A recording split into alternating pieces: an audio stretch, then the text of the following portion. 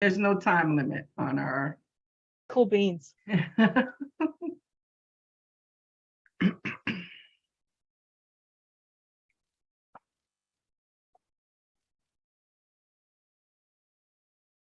No time Yay.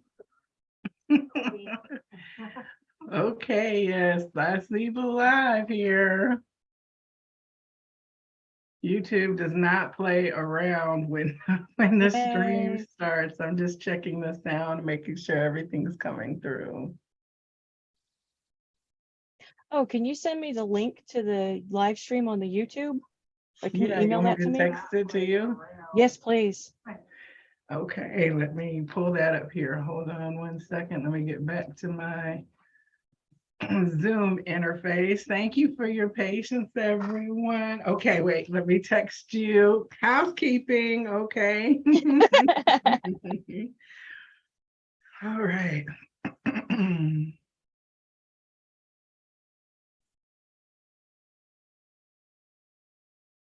There we go. I know we have a couple people who I know we're hoping to catch as well. And we have regulars who come for the live chat. So, excuse me. My name is Joelle and I am the Viberarian. I'm here to elevate, enlighten, empower.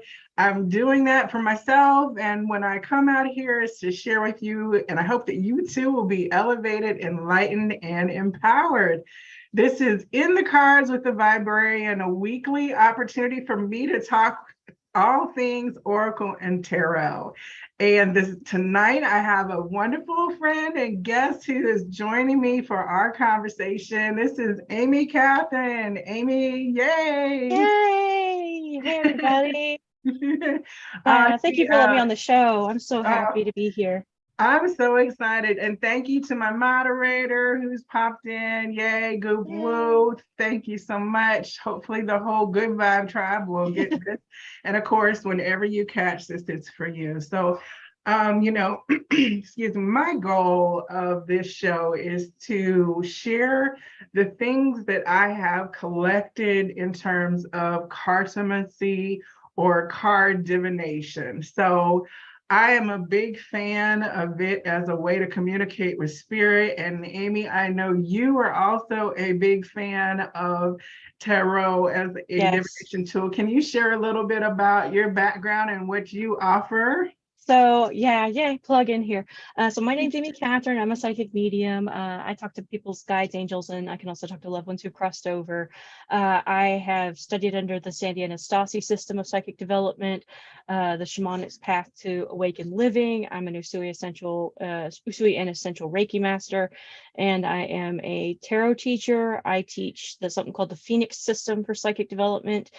We just went live with the 6-month course this past year. We'll start it again in 2023 around July or so. And I also teach Reiki classes with a co-teacher, the lovely Heather Ham, who's a registered nurse. So we have fun in those classes. But yeah, I love tarot. And what's really hilarious is I have a background in art and my minor is in art history. So I really kind of like the juicy details of the art of tarot because it has a very rich history and a rich tapestry with the cards. It's not just symbols. There's also the artistic component to it as well. I just love that. Yes, I do too. Excuse me, that's where we definitely have a common intersection. And I met you. You actually were on my show, the Psychic Inside show, as one of my guests last year, a little over a year ago, where you shared about your journey. And I will put the links to that in the description box below. Yay, so you can catch that episode. And then also, of course, in conversation, I've contacted you and you've been so helpful, not only just in terms of providing spiritual wisdom, but I have to give you a plug because your artist skills are awesome. And thank you. You definitely came through with your beautiful vision for me that I was seeing, and I really appreciated that. So, thanks, kudos to you. All right, we got Mariana, Jackie, Tanya, the usual folks are popping in on this. So, to So tarot is a very specific system. When you talk about divination, it's like understanding, a form of a language. And if you understand the language, then you can function and communicate well within the conversation. And so I think that that part about tarot can be intimidating for people because it's 78 cards and they're like, oh my gosh, I have to figure out what all, I know that's what I did when I learned, right? It was like, oh, I got to figure out what all these cards mean, right? So it was an interesting journey getting to know over years the system of tarot. So I do tell people if they're wanting to get into like basic divination, start with an oracle deck because that's just a direct conversation between you and your guides. They can communicate in a very small, sometimes 40, 50 card deck without you having to learn a system. You just have the conversation. So tarot, I think, is definitely something that more than, it's going to take a little bit more time to get to know it, but not so much as to be intimidating, right? And the kind of adding to that point, oracle cards have a tendency of being more poignant and they're more sort of topics to meditate on. And oracle cards tend to be inconsistent as far as the amount per deck. I've seen oracle cards with only 36 cards in a deck, and I've seen, some of the Rebecca Campbell stuff is upwards of 60 cards, 60 plus cards in a deck. And it varies, but it's a lot more accessible for people who might be intimidated by the tarot, because tarot kind of, I call it tarot and tarot, as long as it doesn't rhyme with carrot, we're good. Oh yeah, carrot. Carrot. I've had people call it that before. Yeah. But it's like you can have 20 different meanings per card, and then even more than that. This depends on what you as an individual really resonate with per card. So it's very much not just the language, but it's your personal language. You're sort of creating your own language with your cards, which in my personal experience tend to actually have their own sentience in a way. They have their own personalities. Like I've got several different decks that I'll interchange depending on the client that I'm reading for that day. And it's interesting how the personalities will match up better. And what I like to tell my students is tarot is a very powerful divination tool. Yes, I can channel and I don't need the tarot to give people the information that they need. Like I don't even need the person's name or anything like that. I'll just tap into what their guides are telling me to say.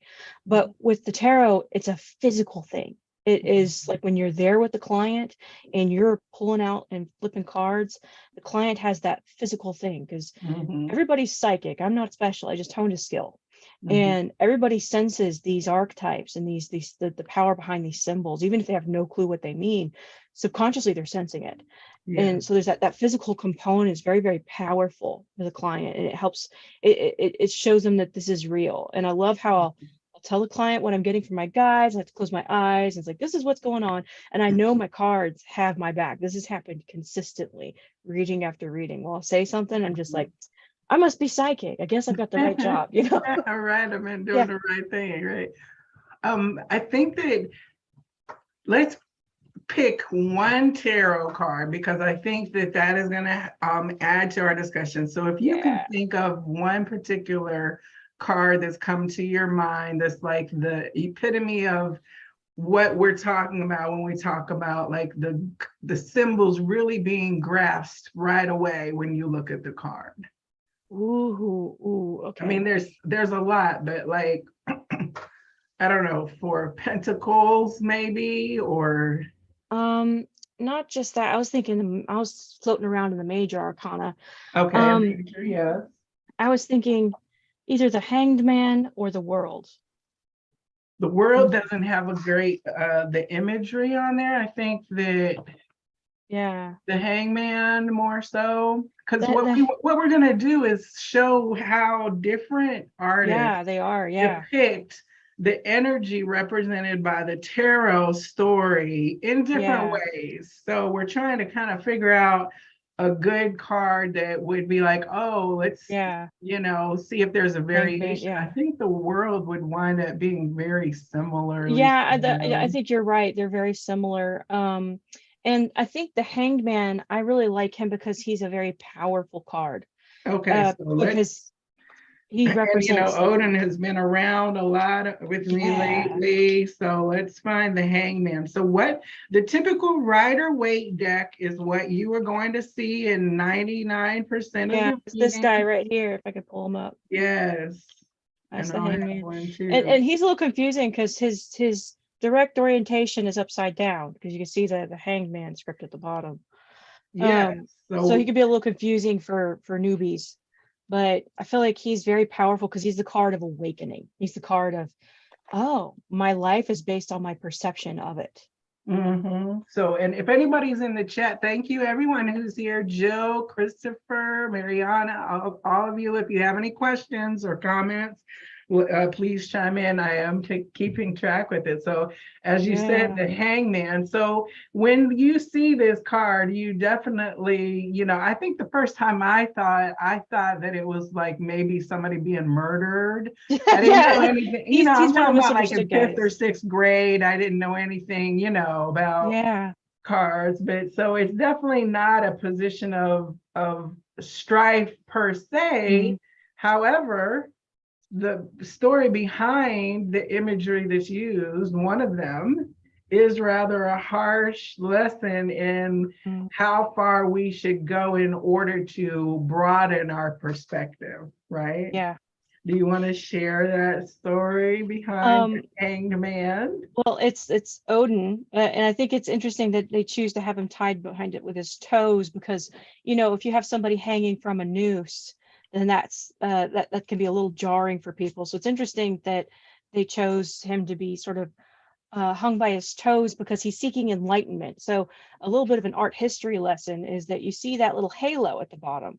Well, the halo actually was totally stolen from the Buddhists, because we had the Silk Road, and we back during the Renaissance, we started building, you know, connections to other countries, especially in the Far East, and they would use this something called the nimbus around Buddha and the Bodhisattvas and the enlightened ones.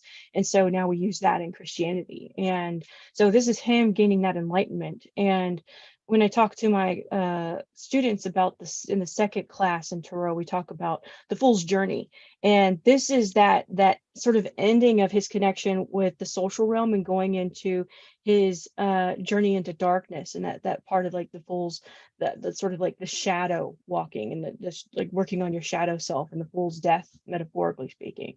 There's that card right before that, because 12 is right before 13, which is like the death card. So this is more about that beginning of awakening, because awakening is that it usually starts with something major, life-changing happening in your life. It's not like frolicking in the woods, sunshine and roses. awakening is like ugly crying into your pillow. So this is the beginning of changing your perspective. When Odin had his eyes plucked out by two ravens, and hung upside down in order to gain this perspective. And from what one of the guests who was on the show a couple of weeks ago, she said that it was that he had to learn to see things through the feminine perspective. And until he could do that, he could not release himself from this position of intent, of waiting. And it was 12 days, I think, right? Okay, I don't know. I mean, I think, I'm not sure. Learning, right? But that's so interesting to say, as radical as we could get, that to me is what I always see in the Hangman, is like, as radical as you can get, that's how far you need to consider in order to truly do yourself justice when you're thinking about something, even the bad part, you know what I'm saying? Like, think about the bad thing, like, you know what I'm saying? Because it's something that's blindsiding you. The spirit is telling you, hold on, pause, connect with the divine, and discern differently before you proceed to the next part of your journey. I connect with this card a lot of Hermeticism, with the Emerald Tablet, what they call the Emerald Smaragdina, and the Hermes Trismegistus. And so one of his famous quotes is "as above, so below," and you see that in the Magician pointing up and down. But that's only part of the phrase. It's as above, so below, as within, so without, as the As a universal universal. result. Mhm. And so it's your perception of reality, because if it's as within, so without, then like your perception of reality is what co-creates it, because free will is the first law. So what a lot of this card speaks to from like that hermetic standpoint is forcing yourself to change your perspective on reality helps you co-create a different reality. I Mhm. like that, quantum physicists are starting to catch up with the simulation theory. And then we've got things like the double slit experiment, where they're starting to enter into the quantum metaphysical realm. And we're just like, we knew this all the time. We knew that What experiment? The double what? the double slit experiment, basically your observation of something changes that result as you're Okay, participating okay, all right. I was like, even though it's wait a impossible. second. So I'm And it's looking for also, cards while you're talking. yeah, it's basically light as both a particle and a wave, and depending on how you're viewing it depends on how it, how the result happens. So there's that factor that was very confusing. Is like, why does the observation affect that? Because it shouldn't, because you're just dealing with one photon. But Right. that sort of ties back into metaphysics, that your perception of things changes the outcome. And forcing yourself to go like, what can I learn from this? I like to kind of almost do it like a video game, where it's like, why am I having this problem? Like, if my guides gave me this problem, like, what do I need to learn from this? Because it's never about the external, it's about your perception of it. Your It's never about perception, that other right? person. It's about your perception of them, and why are you reacting to them that way? Like, why are you triggered? Why are they bothering you? There's something that they're pulling out within you that's bothering, otherwise they wouldn't bother you, Mhm. things Mm. like that. You see, I mean, one slight turn of the focus, one minuscule shift, and a whole different picture emerges. And that's the relief part about it. It doesn't take like a Yeah. big leap all the time. Sometimes it just takes a little once Mhm. you've done it, and that is radical enough to change every outcome subsequent, right? Yeah. I'm looking through. So some of the Rider Waite imagery is very much based in like a medieval kind of setting. So it's Yeah. got folks that look very kingly and queenly, courtly, Mhm. European.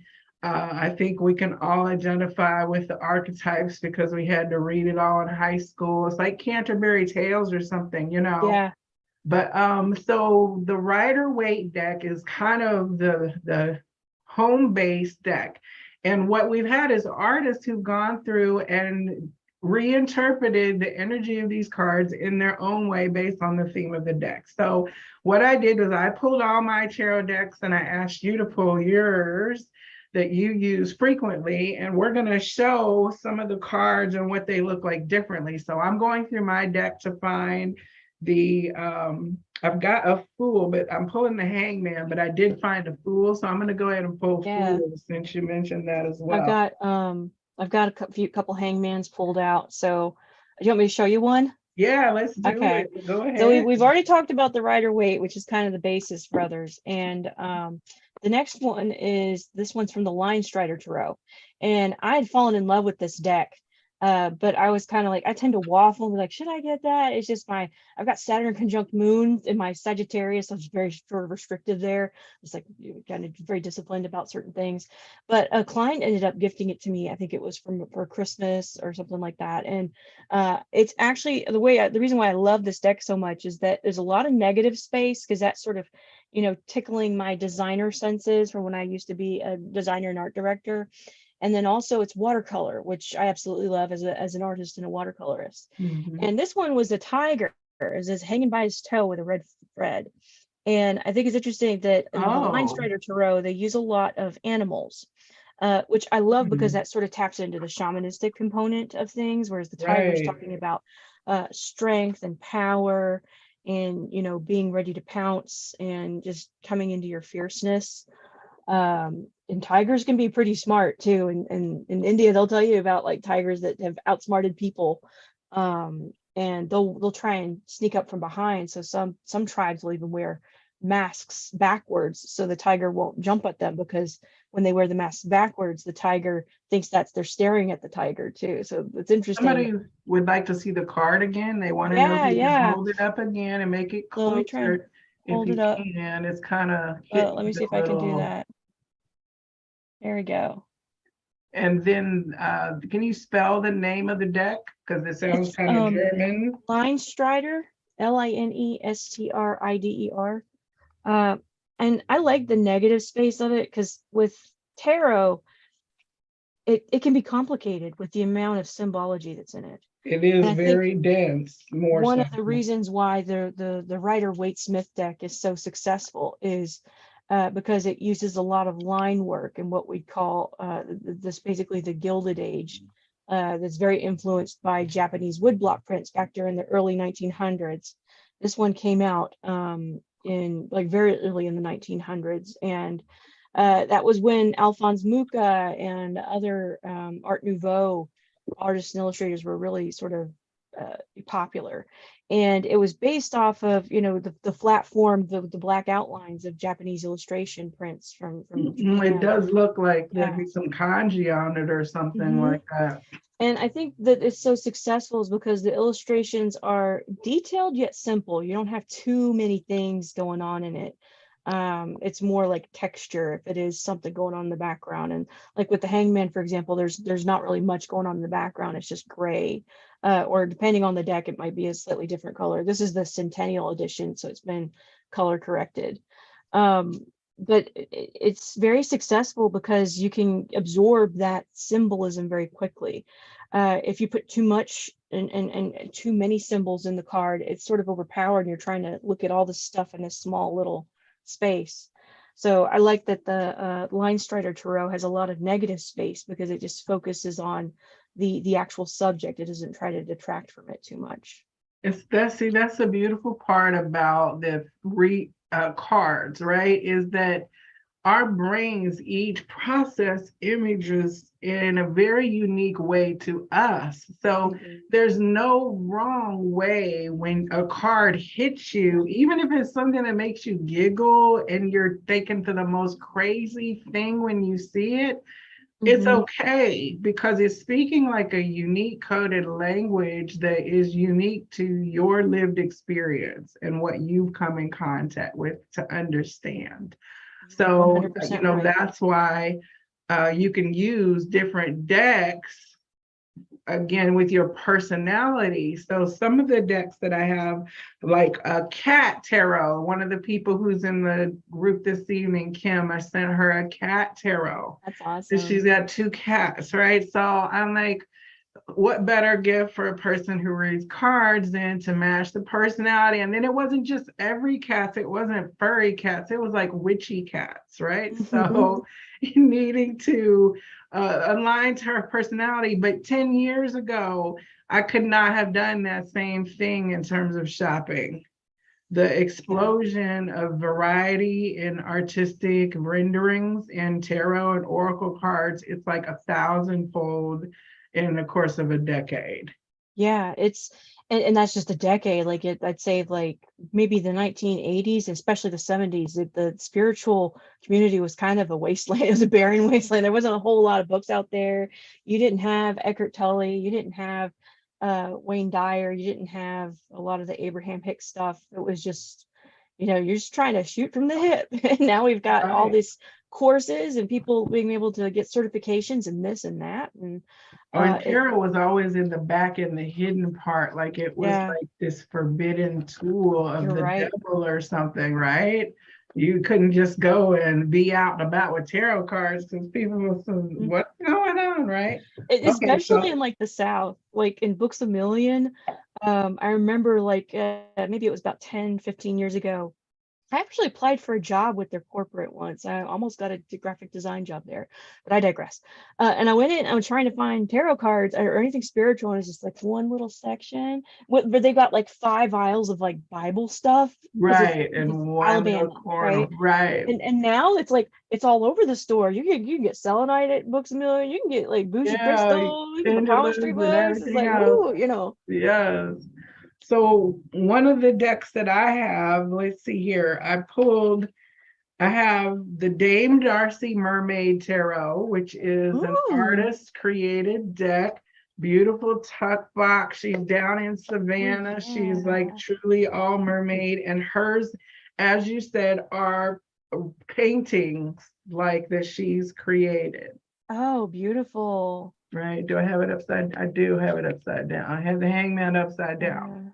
Okay, so this is the mermaidy theme. I like his flares. He's got kind of Freddie Mercury vibes going on. Doesn't he though? Right? Yeah. Let's also turn him this way so you can kind of see Yeah. from both ways. He's Very, got the sailor yeah. hat. Yeah. You're right. I didn't even notice the Freddie Yeah. Freddie He's like one of the Mercury village people vibe. thing happening. Okay, here's the hangman from that deck.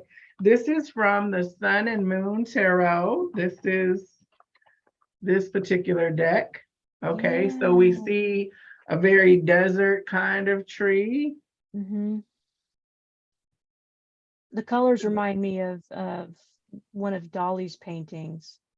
I forgot, it was the one with the melting clocks. I forgot the name of it. Oh yeah, yes. The I colors of know the which blue one and you're gold. talking Yeah. about. This one, I like this deck just in general when I bought it. I don't know if it's doing a good, it's probably not Yeah, I doing. could see it. I could see that. Yeah. There's little like locks and natural hair. All the people in this particular deck, like here's the Fool. Yeah. They have like, you know, like a little bit of variety, which I liked, right? And then the last one that oh no, I drew two more. So this is from the Pulp Tarot. Oh yeah, I remember we've used that one before. Yeah, I It's like a love book this deck. cover. I'm hoping to get the artist on to talk about this. Oh yeah. Love this deck. We're gonna do it in the cards with this real soon. I'm trying to reach out to Yeah. him to see if I can Oh, get I've got him to on get to that talk deck. about it. That's awesome. I love it. It looks like a book, and everyone in there looks like a old pulpy book cover, right? So the That's hangman, this is awesome. interesting because it's not like you're able to correct your path in this particular version of them or allow yourself to get free, you know. Mhm. So that's a little bit different energy story.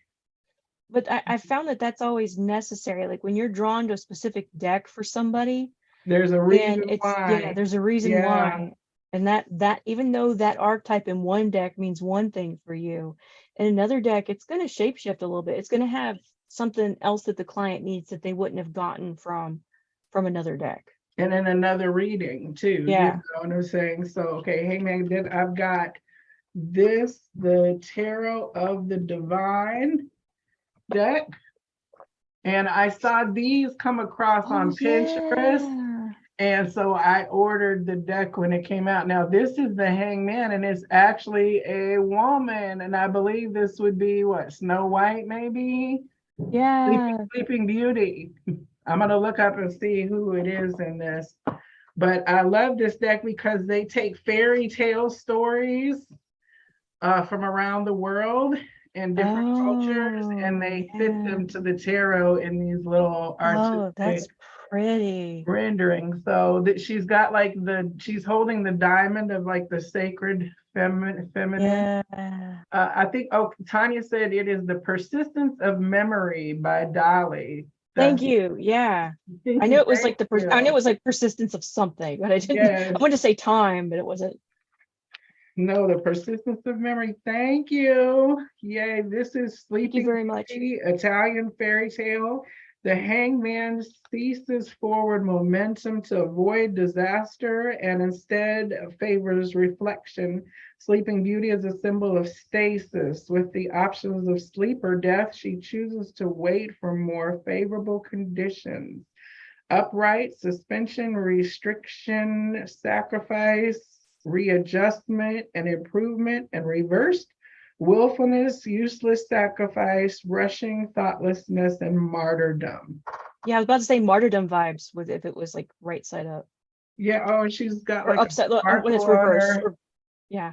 on her head. I wish you could Yeah. see this card. Once I get my blog going, I'm gonna put Yeah. close-ups of all these cards and stuff on here. Okay, so that was the Sun and Moon.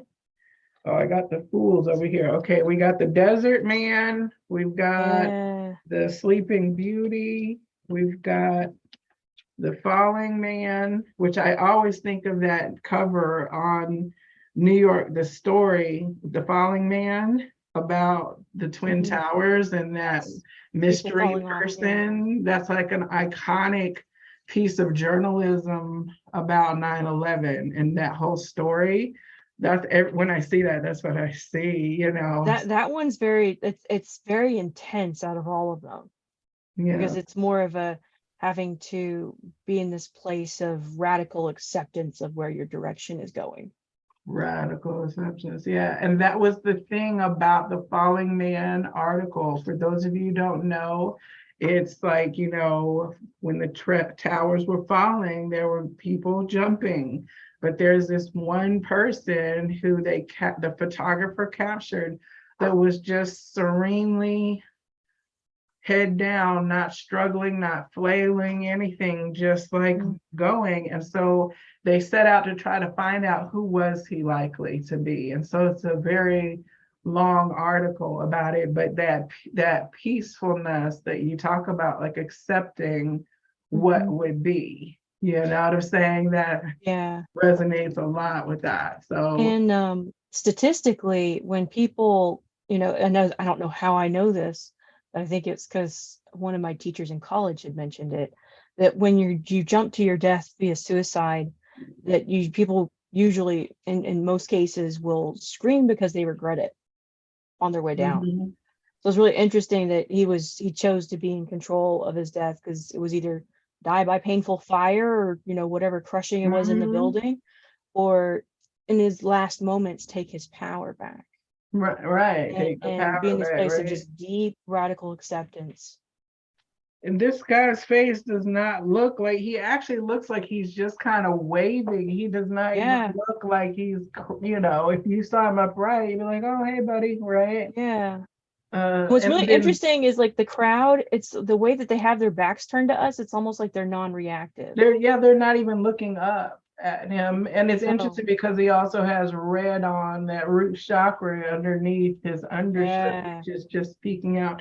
I really can't wait to hear from the artist, like how Yeah. you come up with the idea of that. So you had two other decks that you pulled. Do you have the Hangman from those? Oh, I have a hangman from one other deck. I couldn't find Okay. that last one that was basically, it was a gilded version of the Rider-Waite.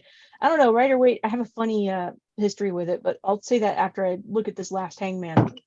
So this is one from the Angel Tarot by Radley Okay. Valentine.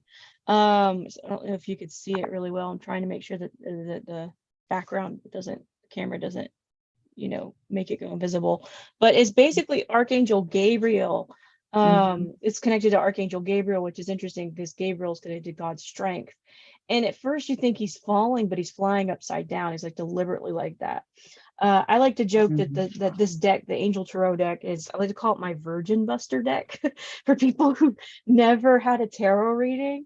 Okay. Because it's a very gentle deck, because there is strong imagery in the tarot, and we live in the Bible Belt. So there's a lot of people who are coming in and they're Right. like, "You're gonna do voodoo on me?" They don't Yeah, the devil understand that. card messes people Yeah. up, buddy. It But does. people connect with angels, and a lot of Yeah. people who are stepping out of, organized religion, especially Christianity, they resonate with angels, and it's an easy way to sort of bridge that gap, Right. to show them that angels are connected to this, and a lot of the tarot is influenced by Kabbalism and Judaism, which is another Abrahamic religion.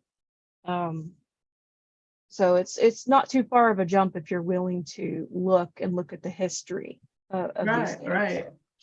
I mean, Um, pictures and symbols speak. It doesn't need any belief system behind the image. It can be very belief based, but it doesn't have to be. it doesn't have to be. And when I started doing tarot readings, I initially was very curious about it, but I had heard from someone like, "Oh, you can't have a tarot deck unless somebody gives it to you."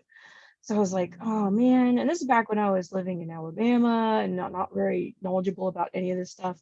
And the universe was just like, "Oh man, I just gotta wait." So I just sat on my hands, and my universe was like, "All right, dumbass, here you go." And so somebody actually gifted me a tarot deck. As I think her sister gave it to her for her birthday, and she didn't want to mess with it. She just couldn't get the hang of it. And I tried with it, but it was very hard. Tried reading with it.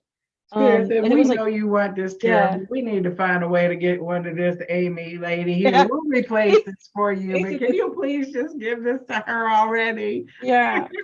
They so it was a deck, and it was very flustered because it was like pulling teeth trying to figure out what the cards meant. And I was very bummed about it. I was like, maybe I'm not meant to read tarot. And then I just felt this strong urge that says, give it one more shot. Try and find a deck you like. And I was like, okay. So I went to like Barnes and Noble. I think it was in Hoover, Alabama. I went to Barnes and Noble over there. And I found this centennial edition of the Rider-Waite deck with illustrations, other illustrations done by Pamela Coleman Smith. And immediately I just like, oh, this deck looks familiar because I've probably seen it in movies or whatever. And I read it, and it felt like watching HBO. It was like, man, this deck's easy to read. It's like I feel like I'm very connected to this. And my guys are like, oh, you read it before in a past life. I'm like, oh, Oh, okay, so, yeah. okay, all right. So it's really great symbolism, and I think it's just that's part of the reason it's just so effective and influential with the 20th and 21st centuries, as far as like the rich history of tarot and how it has grown and how many people have come out with new art. A lot of it sort of ties back into one of three decks, either the Rider-Waite Smith deck, Thoth deck that was created by Crowley, who was also briefly part of the same Order of the Golden Dawn, and then the Hermetic Tarot, which was a third person who was also in the Order of the Golden Dawn, Order of the Golden Dawn, which both they all have that rich meaning. They all connected to alchemy, Kabbalism, numerology, paganism, Christianity. The gods, goddesses, stuff like that, like Odin. So they're all very influential, and I That's think that why I don't read with Thoth. Like I have a Thoth deck, right? But yeah. to me, I don't think that of course I can have the spirit guided conversation, but to really unlock the codes energy that was in the creation of it, I don't have enough knowledge. And a dear friend of mine who's passed away, his name was Pierce. And I would always call him when I had something that came up that was Kabbalah related, Kabbalah and the Sephiroth and all of that. And he would break down for me Bina and Chokma and this, that, and the other. And then by the time he would be done, I'd be like, okay, that was 45 minutes. Just let me go back to the Rider-Waite.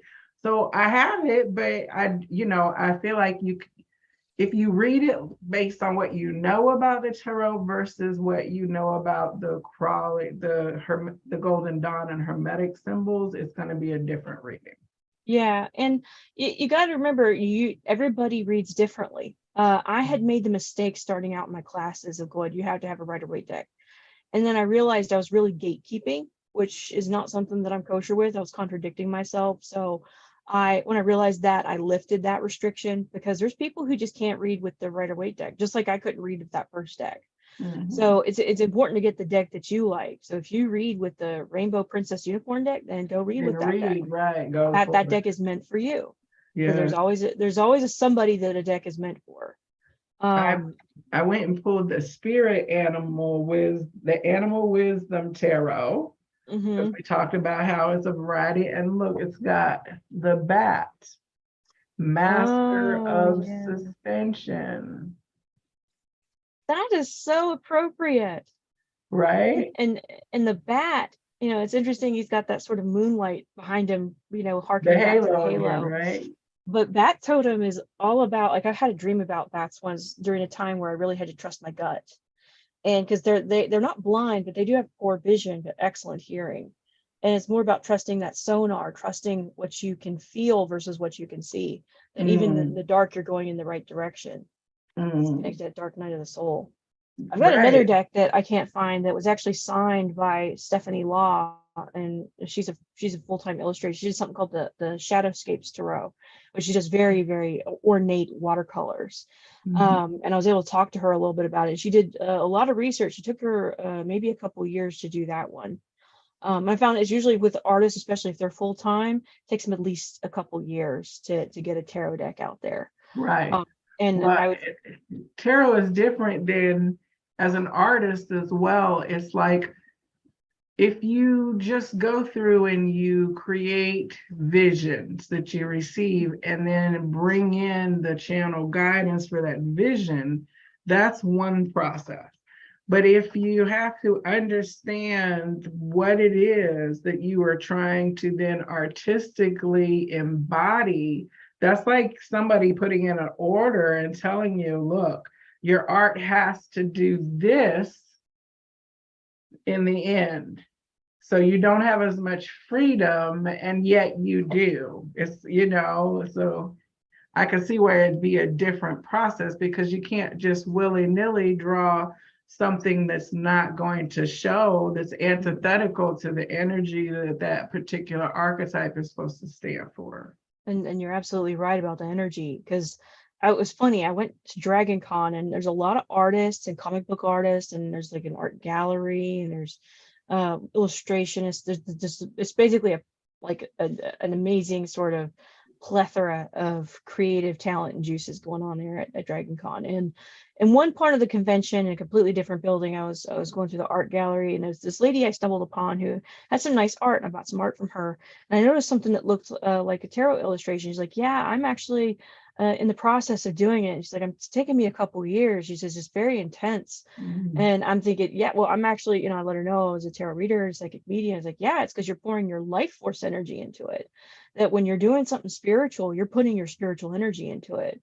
And that's why I get a lot more tired when I'm doing my animal totems, when I'm illustrating those for a future animal deck, as opposed to like a standard drawing, because I'm pouring a lot more life force energy into it, and there's like sacred symbology. And this other guy who is working on, he's one of probably the most amazing illustrators I've ever come across. His name is Timothy Von Ruden, and his Instagram is Von Art, like VONNART. And he's got some tarot illustrations that he's just an amazing drawer, an amazing just illustrator. He uses pencil. And I was talking to him about a lot of his stuff at Dragon Con, and he's like, yeah, it's taken me a while. These usually take me about a month for each card. And he said the same thing. It's just very draining. I was explaining to him, it's like, yeah, it's your life force energy going into it. And he's a full time. He cranks out a lot of illustrations. He's very, very, very successful. But when it comes to the tarot cards, that's a different, he was able to sense that that's a different level of energy he's putting into it. Even as somebody who may not be as like well instructed and immersed in the spiritual components as say a psychic would, you're still sensing how intense that is, because you're putting your life force into it. And I think that's how you could tell the good decks from the people who are just, I'm just going to do it, like, just quickly chunk out some cards with it without really putting my soul into it, because you can pick up on that energy. Right, for sure. The throwaways, right? The fluff.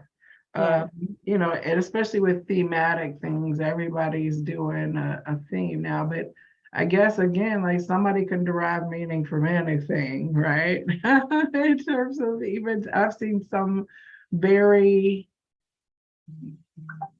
interesting renditions that, I've had to begrudgingly then like, okay, yes, this reads well. Like when I move beyond like the fact that maybe the art doesn't resonate exactly, like even the Catholic people, you know what I'm saying?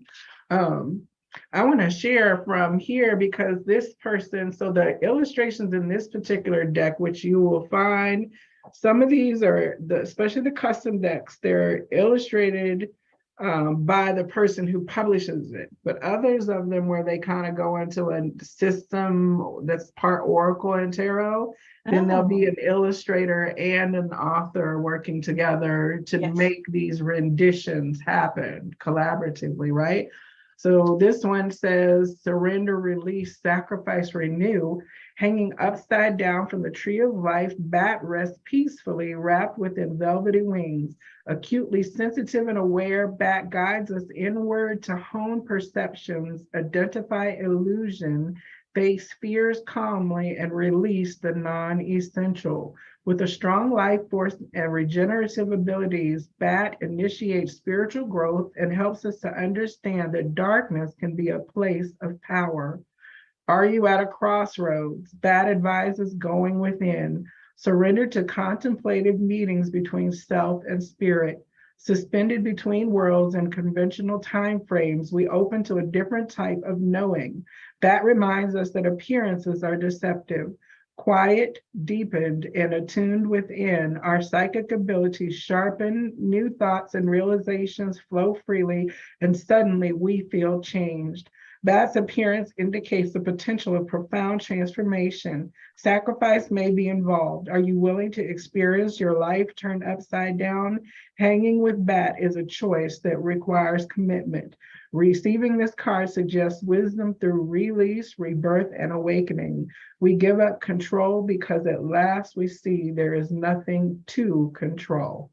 The message, go within and then let go. Very powerful stuff. So this is I think this would be a very good instructional deck, just from the way that succinctly and clearly talked about, you know, the hangman, that was like really everything we've been saying. So yeah, if anyone's interested and resonates with animals, here's this particular. That'd be a really good deck. shamanic deck. You said a shamanic deck? Yeah. This? Yeah. Oh yeah, to do for animal guidance and see what's coming in. Yeah, this was gifted to me by Shannon, Heaven to Earth on. Oh, that's a beautiful gift. Now the guy, you said his name is Skippy what? What a great name. First of all, when you said it, I was like, Skippy Von who? Skippy Timothy Von Ruden. Oh, Timothy Von Ruden. Okay, I was like, but his Instagram is Von Art, VONNART. Okay, I'm gonna have to check him out. I'm looking at the chat here. Okay, Gooba put it in the link. She said it's beautiful. Jill says, I bought a rider deck secondhand, copyright 1971 in New Orleans, sometime before 2000. Didn't do much with it until the last few years, but it really jumps every time I use it now. There's a funny story that helped me become a better reader with my Rider-Waite deck. So when I first started doing readings for people, I think it was April of 2016 was when I first went to the Blue Barn to do psychic fair for what's her face, Gloria Parker, and then in May I was still so nervous because I had never done readings really for money before. So it was like that next layer, because when you do it for money, it's like, oh, usually the two biggest hurdles is doing it for money and calling yourself a psychic. Those are the two kind of hurdles when it comes to that. And so between that and I think May, I just studied the cards, and I started getting so flustered because then none of the websites matched up. They were all different. And I'm just like, I had read, Sir Arthur Edward Waite's book, oh wow, the Tarot, and he's a little convoluted in some areas. I think it was just because he couldn't talk about certain things. The Order of the Golden Dawn is like a super secret, society. And then something in me just said, throw the book out the window, not literally, but I just put it to the side and I just started, I think it was the night before I did the readings, I just picked up each card. I was like, what do you mean for me? And I get a feeling or an idea. And I noticed that my reading significantly improved. Yes. That the basic should be an out, like just like a baseline, and then you should develop your own, meanings for the cards as they move on, because they've totally flipped on me before. They've a good one was the Nine of Swords.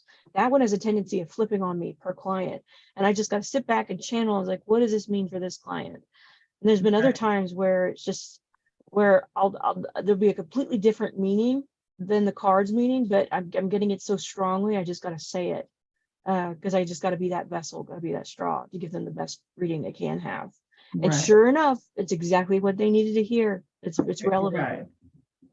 My friend Kim that's in here and we would do the whole quizzing each other, like on the book knowledge, like we would like study together, and then it would be like, wait, what is Five of Swords? So very much like rudimentary, but it was good because like you said, different dictionaries will say different things. So the other thing that I found is that if you find a source that you're comfortable with. Like Joanne's Sacred Scribes is Yes, ma'am. that's my go-to numerology. That's my go-to. Right? If your guides know that every time we send her something, she's going to Joanne, they will communicate to you in Joanne language, right? The numerology language. If they know that you're, going for, they will go for Rider Waite, and they'll use the language, and they'll use like Psychic-Revelation is a site that I like, their tarot interpretations. I'll have to check that out. Can you email that to me after? Yeah, definitely. I'll try to put it in the links as well. It's psychic-revelation.com, and they go through all the arcana and up and back. It's a good resource, but if you stick to the same one, then your guides will send you, in case you have a question, they know what dictionary you're going to look in, right? Yeah. And so you get comfortable with the language. So now, and that's not to say that 444 doesn't mean something else, and then you can develop another symbol for the same thing, still understanding how it works, right? So we can have very broad symbolic conversations with our guides instead of continually trying to say it is defined as such and such and this is what it is, deal loosely. 100%. I know that the card, did you get a chance to show the card that you were going to show from the second deck? What was it? The Hangman from... Yeah, I did. We talked about, I got 3 decks. We had the Tiger, right? Yeah, the Tiger, and then the Awakening was Gabriel. Archangel Gabriel. So they changed it, Radley Valentine changed it to Awakening. And something else that I like to kind of teach my students is that the tarot is merely an activator of your own intuition. It's there to help you connect with your guides in that 7th and 8th chakra. Connecting to that great divine sort of straw, that little antenna, that regardless of what that might physically mean, if what you're picking up is different, then that is something you're getting a download from your guides, because that's what the client needs, or that's what you need, depending on the reading, right? So it's correct, even if it's not something that other people are drawn to, that it's your style, it's your energy signature, it's your fingerprint. It's going to be different for everybody. Everybody has a right to talk to divine, and that's going to be different. So naturally we're going to gravitate towards different cards and different frequencies. And something I learned that helps me sort of stay out of judgment of other people, because sometimes it's pretty easy to label things and label people, but that can be of the ego when we put too many labels that restrict things. So instead I just go, I resonate with this, I don't resonate with that, or I am drawn to this, I'm not drawn to that. So I really don't resonate with, and I am not drawn to the Toph deck, but I understand its importance in the tarot community, and how it's important to help somebody else channel, that it has value there, even if it's not something that I'm drawn to. Right, personally, for sure. Yeah, I don't, when you get into some of the esoteric teachings behind like the Golden Dawn and things like that, then of course, it's going to be interesting. I'm pulling up something here. Christopher in the chat room had said that the Hangman card that is in the Pulp Tarot, this one looks very much like the card from the Zombie Tarot that he has. And I think my friend Kim has this Zombie Tarot as well. Let's see if we can let me see the picture here. Yeah, she does have that. Let's see if we can find, there he is. Okay, so there's the Hangman. Yes, oh my gosh, very similar. And the reds too. I mean, I don't know. This deck is by Todd Alcott. So I don't know who the Zombie deck is by, but that's very good catch. Thank you, Christopher. That's so interesting and unique. It's like the red 40s, shirt 50s still, noir. Yeah, I love it. Still with the red, right? But this one, they're definitely paying attention. Yeah. But It and may it it may have uses the noose yeah, in this one. it may have influenced it. In art, we call it appropriation, when it's Okay, influencing somebody else. let's see who the zombie tarot is by. Well, I'll have to find it on another day. Let me get back to focus. Thank you, Christopher, That's for awesome. adding that to the conversation. Hold on, I'm trying to get back to my little, there we are. Oh, yeah, she said, does he have a gun in his hand? Yes, I think he did. Kim Yeah, said yes, she has it, and he has a zombie bite. Yes. yeah. Wow. So So it's that's, similar in the parallel of like he's gonna eventually, get infected and stuff I per, mean, the the standard inevitability zombie was narrative. So there's right, that level of like acceptance, right? It's coming into right. that one as well. I think that's Back to that fascinating. too. Yeah, I don't know if Kim is gonna see if she can find it. I could look it up, but I don't want to be multitasking. I do want to say that I have my adult tarots from Ooh, what is that? Los Sabera, what's the name of that publisher that does all these I decks am not familiar over with in that. Italy? Scarabeo. Oh, Lo Scarabeo. Okay, I Yes, think they're Los. Italian They do or so Spanish. many decks. That's where I got my I got a black and like gilded version of a Rider-Waite Smith deck from them. Lo Yeah, Scarabeo. they do great decks, don't you think? Like they're unique. They've got them in all languages. Let me see if I can find the um, hangman in this one. And it's after 10, it's after 9 o'clock, no children. I don't think the card for this one is very racy, actually, for the Yeah. hangman, like not like some of them in this deck. So we should be all right, okay. Uh, oh, okay, it's not too bad.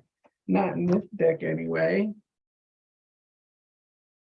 Oh, that's beautiful. They have a really good understanding of form. All right, beautiful card.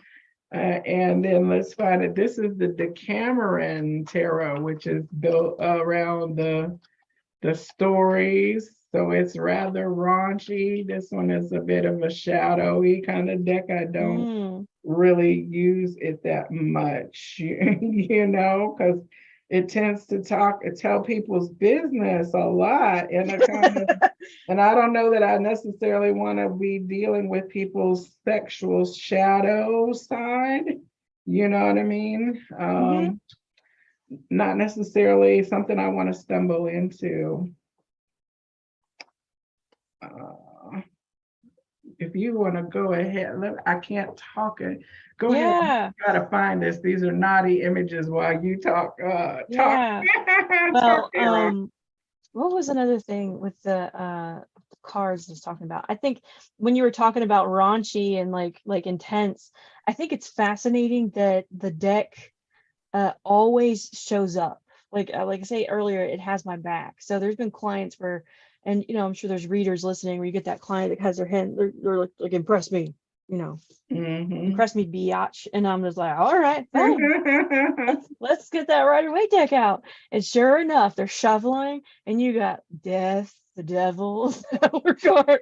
And then suddenly they just they turn it down a couple notches because those cards are very intimidating and it sort of So you're gonna have to reflects tell the me what energy, this means. right? Yeah. That have come out. I need to Um, understand what it's saying, right? and with new clients, even if they read cards, usually with clients that I am not familiar with, like new clients, and I have a really intimidating card come out, especially like the death card.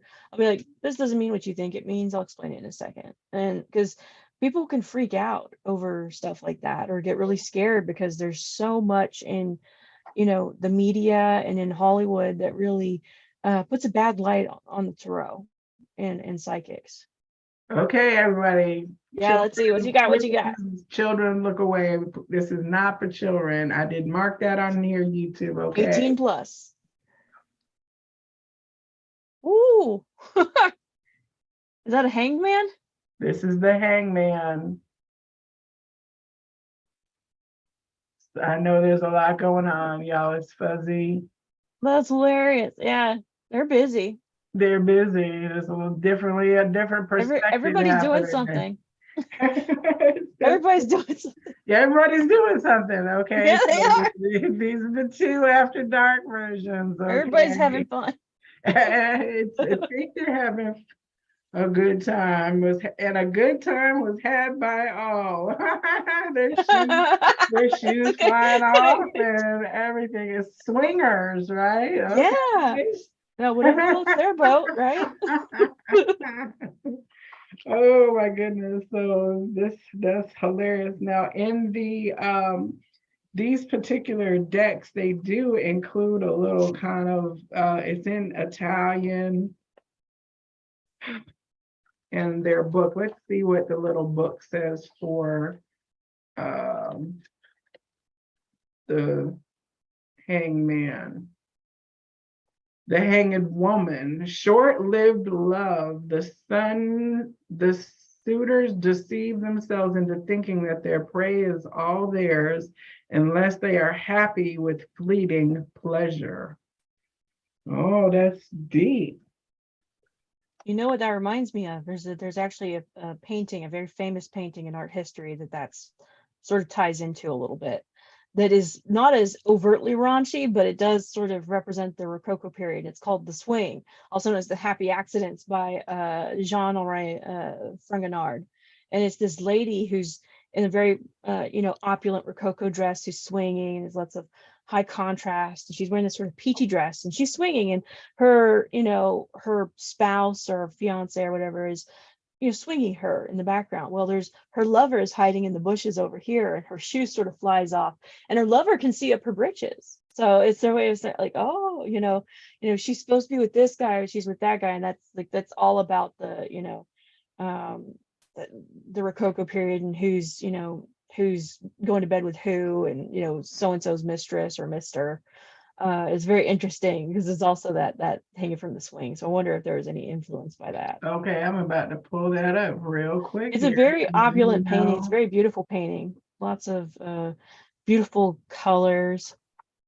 Yeah, there we go. So this one's a notorious one for any in the art history books. So you see her, her fiance or whatever is swinging her to the right, and you've got these angels. Then that's like one's going hush in the top left corner, one's looking down, one's looking up at her, and then in the bushes on the other side is her lover getting a nice peep at her, and she knows exactly what she's doing. This is the culmination of that if you both have the woman, right? If she gets to have both of them in this particular card. And that's if they're all kind of in alignment. They're like, let's all just do this together.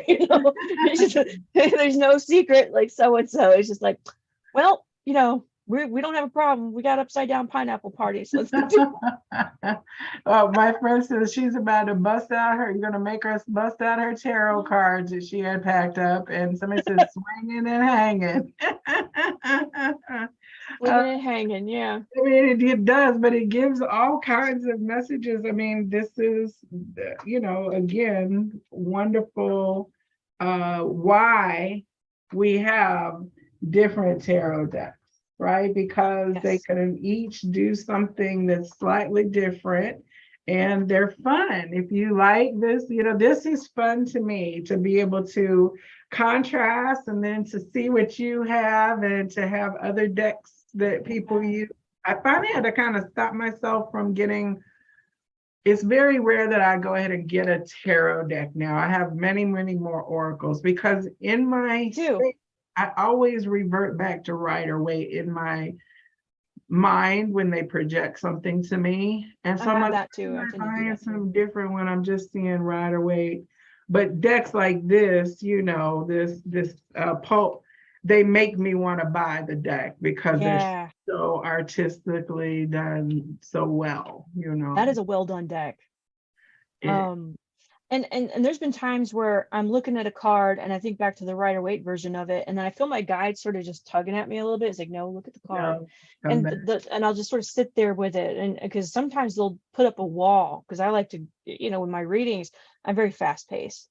And sometimes my guy's like, no, no, no, no. They've kind of put a governor on it. It's like, slow down. And I'll look at it and I'll go, oh, there's more here.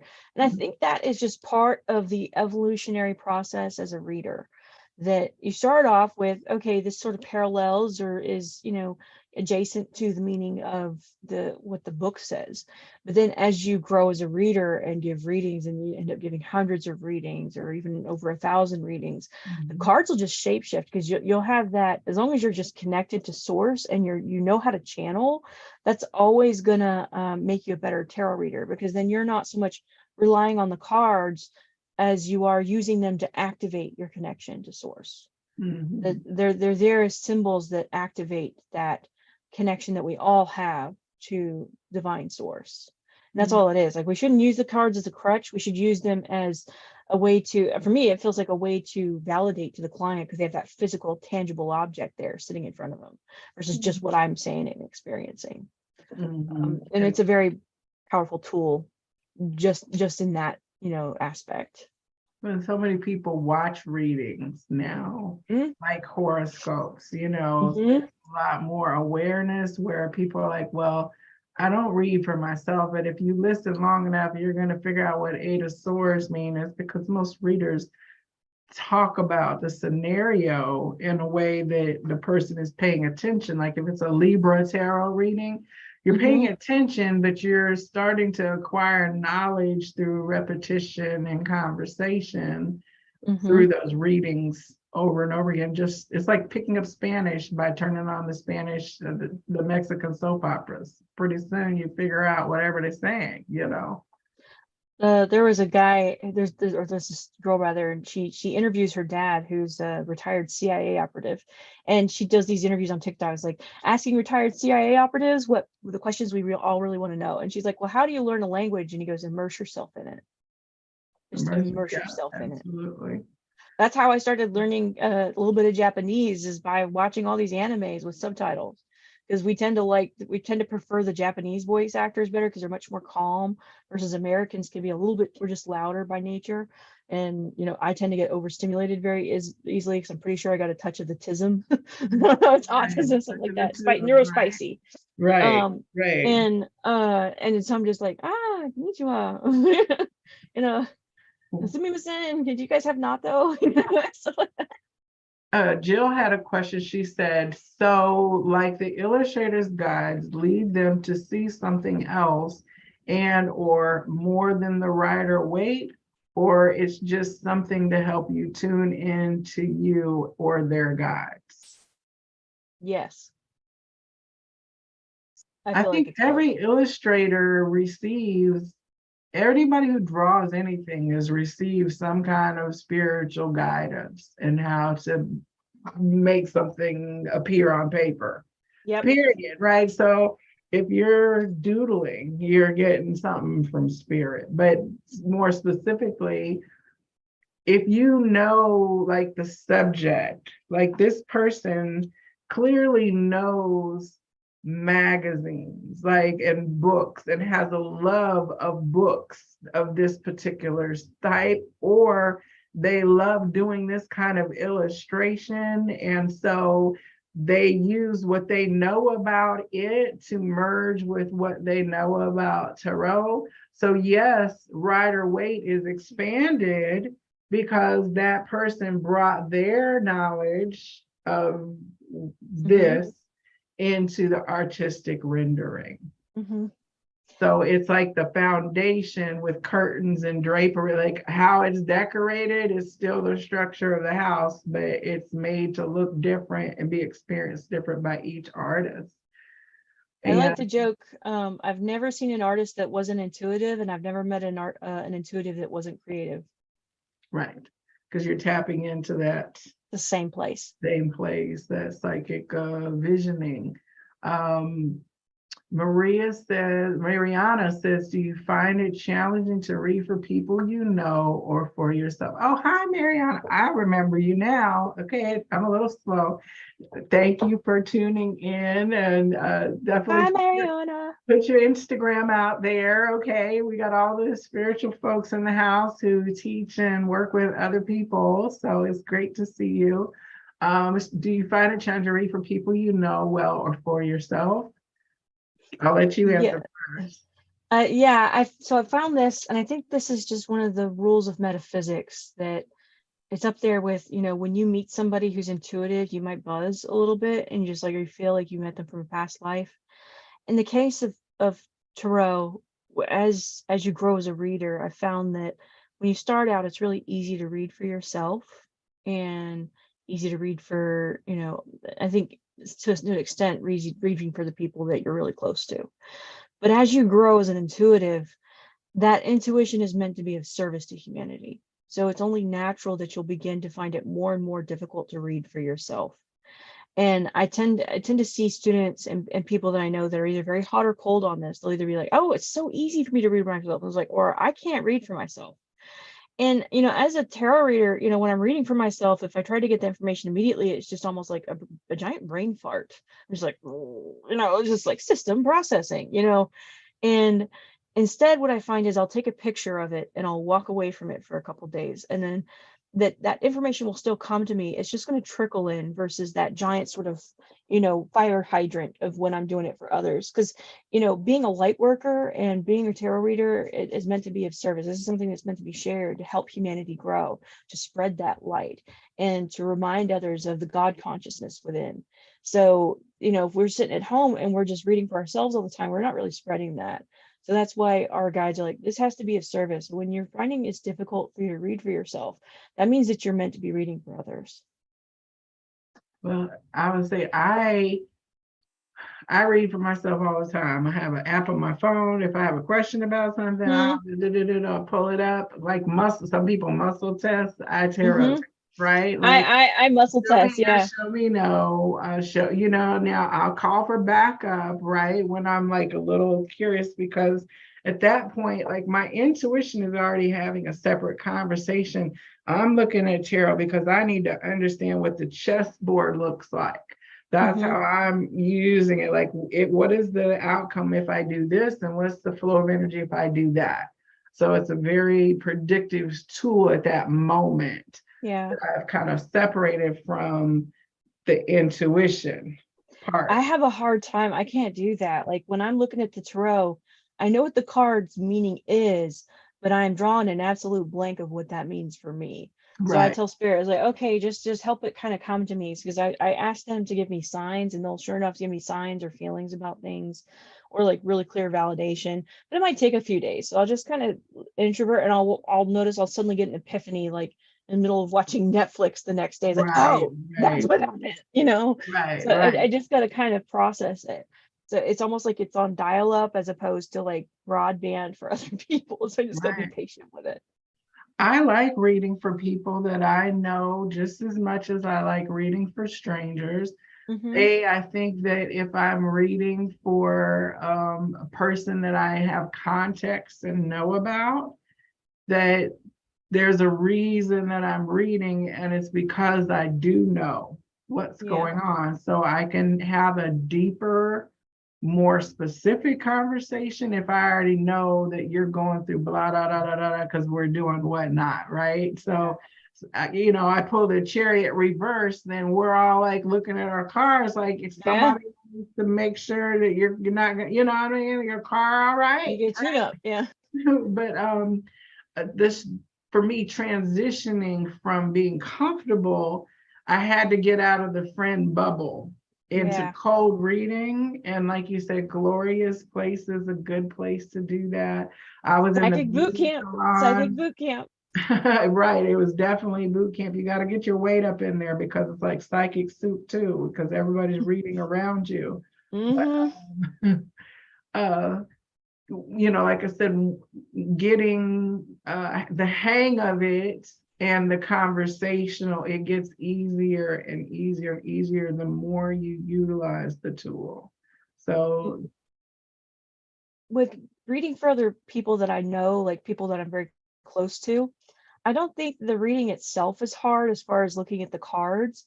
I think in the back of my head, I'm worried is like, are they going to absorb this because if this is what spirit's saying, or are they going to think this is just, because I'm too close to this? Like Right. where I'm worried if it's something that they might be, be blocking, because sometimes I can kind of sense that or feel that. So that's why I tend to also be a little reluctant to read for really, really close friends, Right. because I like to keep that boundary with being a psychic for clients, and being able to just have healthy friendships where I don't feel like they're going to me for free readings. Like, because I've Mhm. had that happen before where unfortunately I've been used, and I don't like that. Mhm.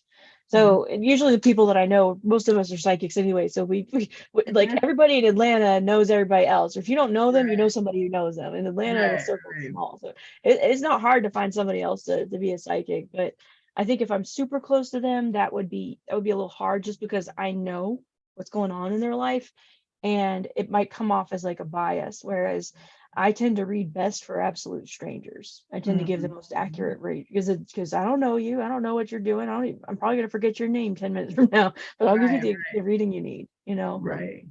And I mean, when I'm reading and talking with my friends and they can get the amen chorus in here, I say, this not me, right? Mm-hmm. I'm like, this is here. Now, Mm-hmm. Joelle is about to tell you something else in a minute, Mm-hmm. right? And then I finish whatever I gotta say that's been put in my mouth to say it in my awareness. And then I'm like, now, let me sit back from a different perspective. It's like literally switching on and off, Yeah. right? And I'll say, okay, well, if it were me, I would do such and such, such and such, such and such. But so being able to switch back and forth. Now that's taken some time, Yeah. and definitely with me being able to have the I practice got a and the cat trying to crawl up my side. Sorry.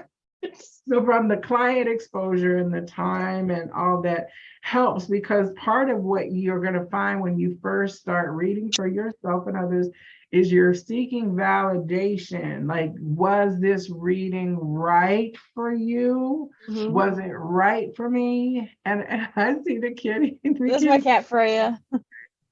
So when you're concerned that was it received well, then you have to kind of also grow out of that, because it's not my job to figure out how you receive it.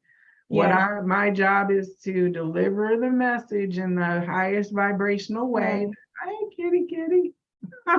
What's the kitty's name? Freya. Freya, yeah. So that's so cool. So here we are with Odin and Freya and Yeah. Freya, but speak. Can you to speak? be able to, say, I trust this, because it's not about me knowing something and getting an answer wrong. Yeah. It's about me saying this, and I can't, you know what I'm saying? Like, it is what it is when tarot reads. Mm-hmm.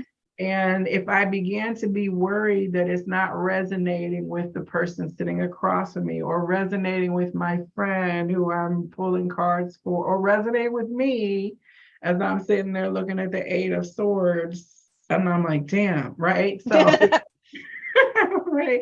But being able to step back and say, it's not about what you think, and it's not my job, because you may have been meant to not like the message that I gave you. And it's not that I gave you a negative message, it just might have challenged you. And Yeah. I'm not part of that. I'm beyond You this, have to be the straw. Yeah. letting go of that, right? Uh, Tiny says the conversation changes instantly. The Viberarian and Joelle are different folks. And cousin Jill says, for those that don't know, Joelle's my cousin. She's been real with me. We both have to recognize That's with awesome. it's not real, if that makes sense. And it Yeah. kind of says exactly, Jill. Jill says, I can imagine it can be tough to tell them something difficult to hear that they should consider changing or this ending. She had written that up there as well. And this is different for everybody too, because I feel like some people may find this, easier. And maybe this is just a me thing, where I found that I think just because of how I'm wired, maybe it's hard for me to completely get out of the way. Now I can get out of the way with strangers because it's easier to stay more unbiased, right? But I don't, for me, it's almost like I've had difficulty with people that I'm very close to. And one or two, I feel, kind of looking back, really thinking about it, really absorbed it well.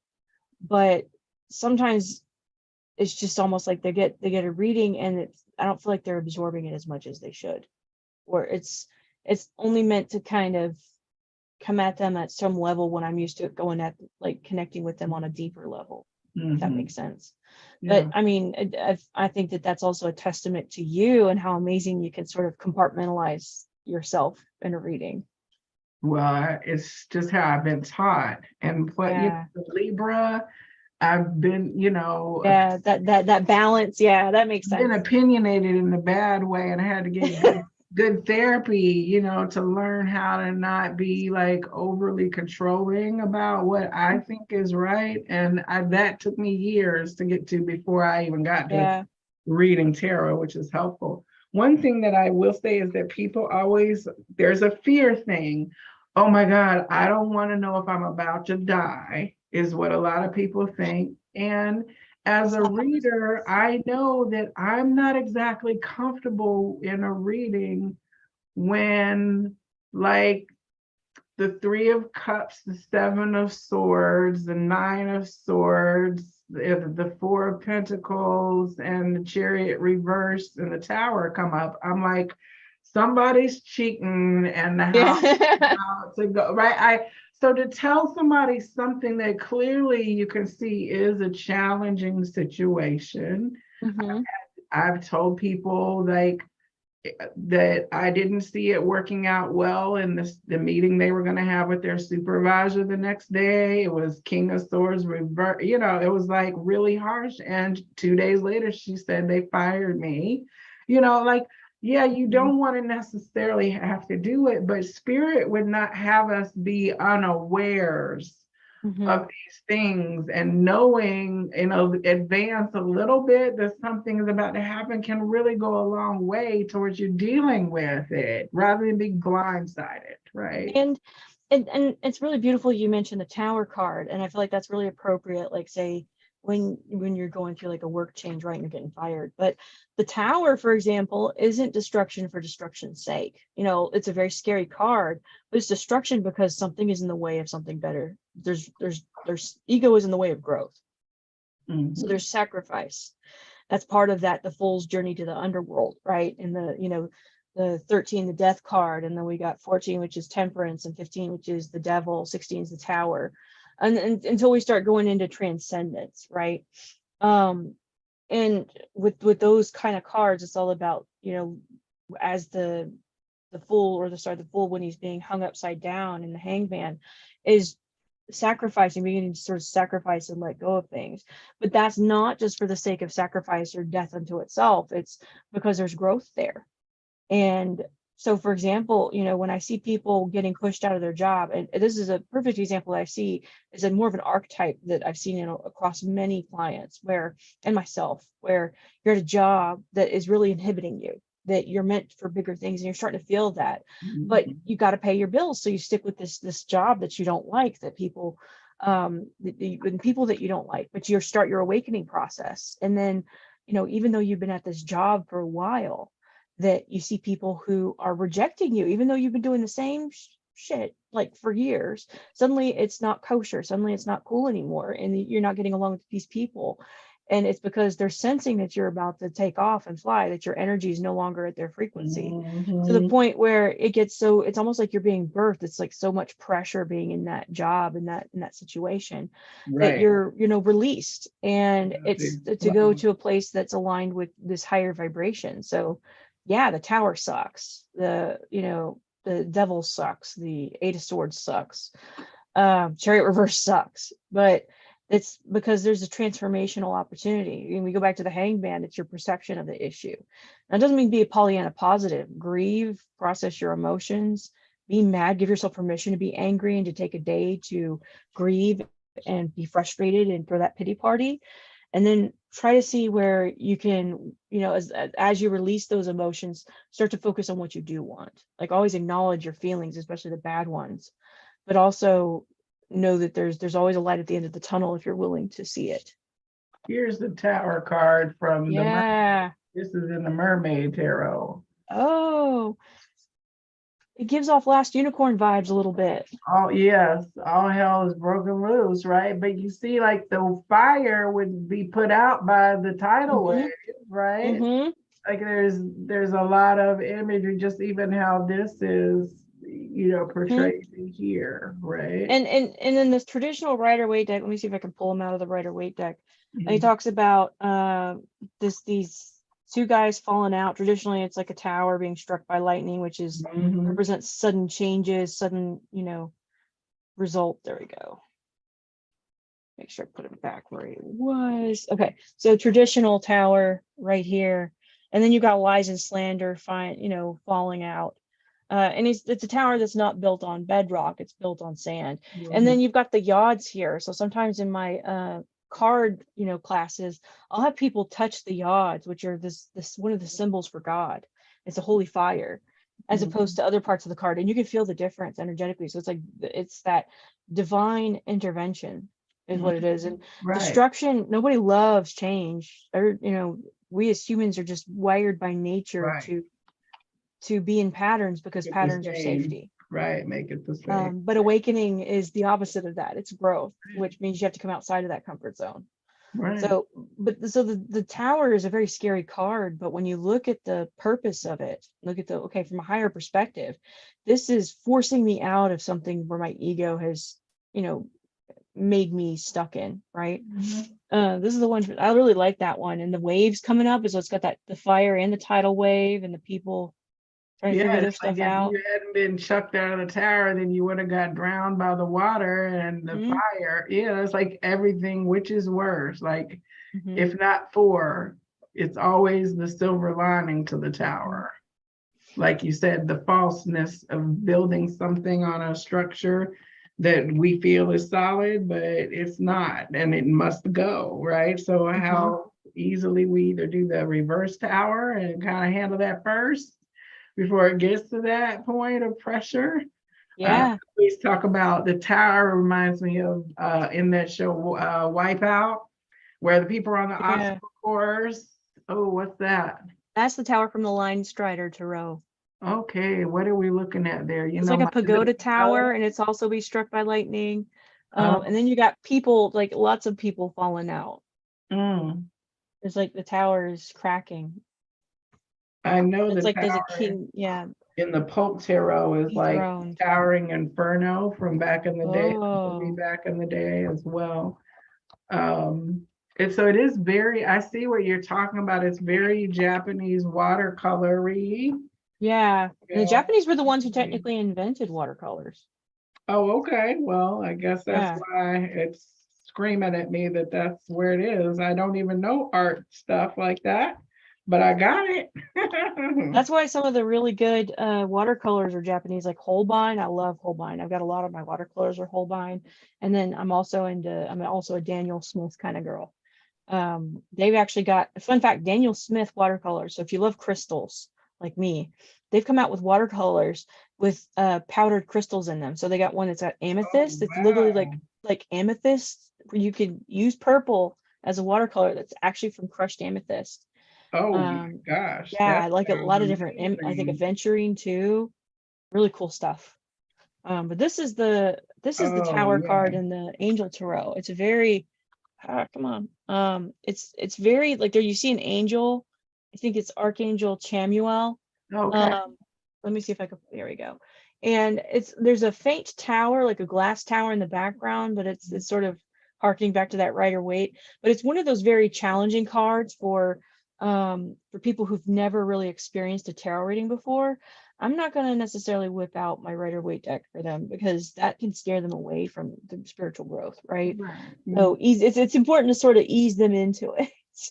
Well, can you imagine getting this as your tower card? Oh yeah. Oh yeah. Oh man, it's like Frankenstein vibes. Oh, I love it. And the Towering Inferno, like it reminds me also of City Hall East if you live here in Atlanta. Yeah. But yeah, like definitely brings up, oh, and almost like Ghostbusters when they were Ghostbusters. Yeah, the on the tower. top of the buildings and stuff like that. But yeah, see, so again, this is something that we could keep talking and It'd talking be about really all good. these Yeah. cards. I have probably 3 or 4 other tarot decks that I didn't get to. And Chris, if you're still in the room, and Mariana, I know Tanya has got the Simple Tarot, which I recommended to her. I love the little line draw, like the very basic line draw. It's a very good teaching deck. And I think she's got a couple other tarot, a gilded tarot. Kim, I know you got the Housewives Tarot and the Zombie Tarot. I'm calling out my folks that are in there, but if you would like to come on to talk tarot on another episode of In the Cards, drop me a line in the comments. Please put it in the regular comments, not just the chat, because sometimes it doesn't show up later. And I want to get you on. And of course, Amy, you got to come back because Yeah. I can't wait to see some of your other decks as well. And now, are Yes. you kicking around the idea of creating a tarot deck Yeah, or an oracle deck?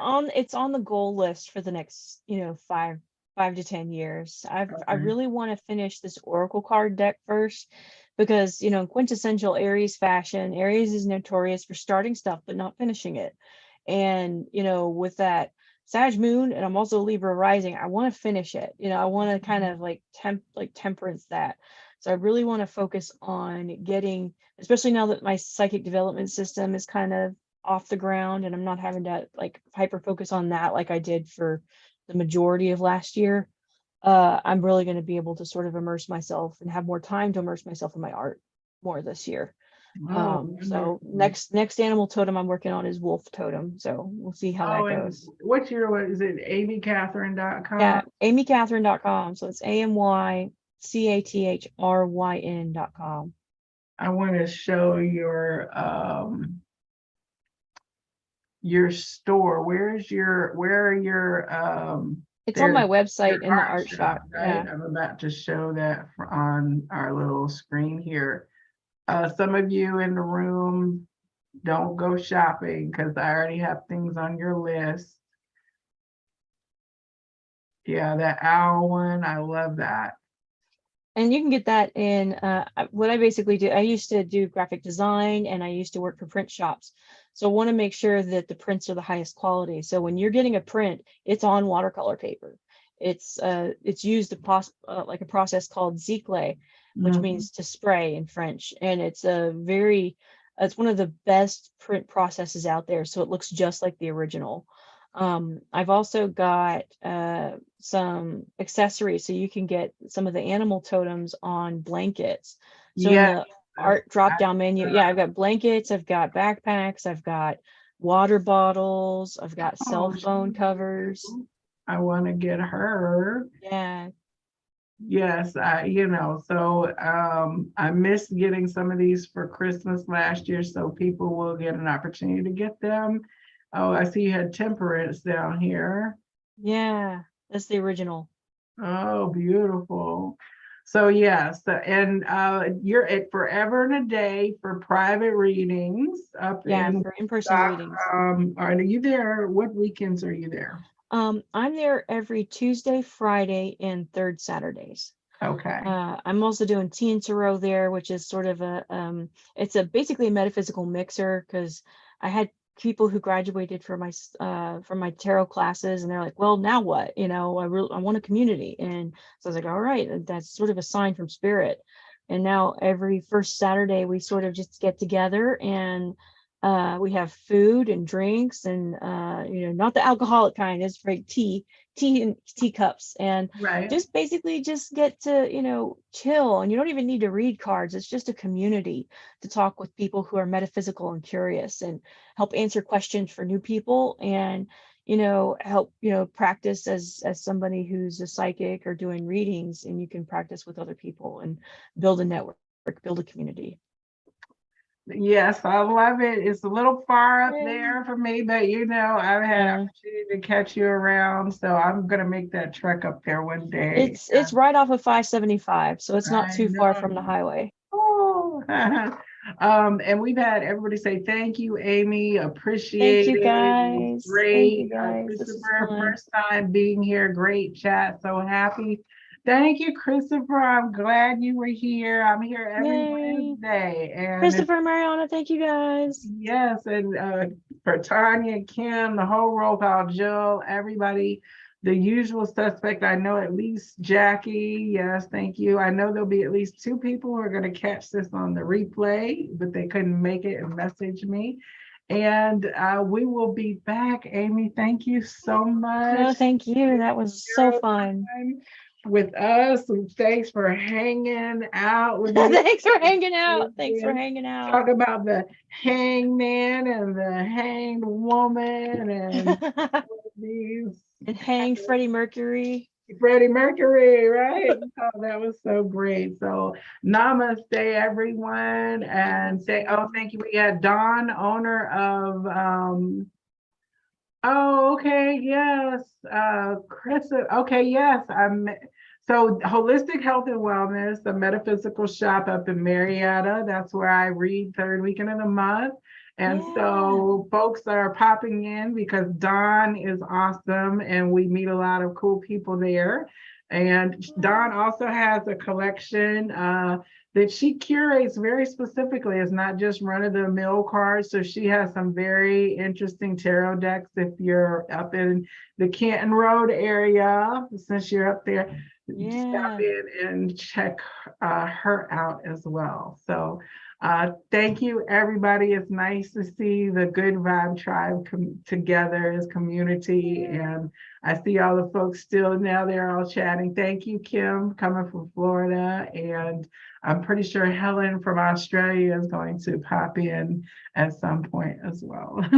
So I love doing this. It makes my heart happy to get to share all these decks that I think are awesome with you.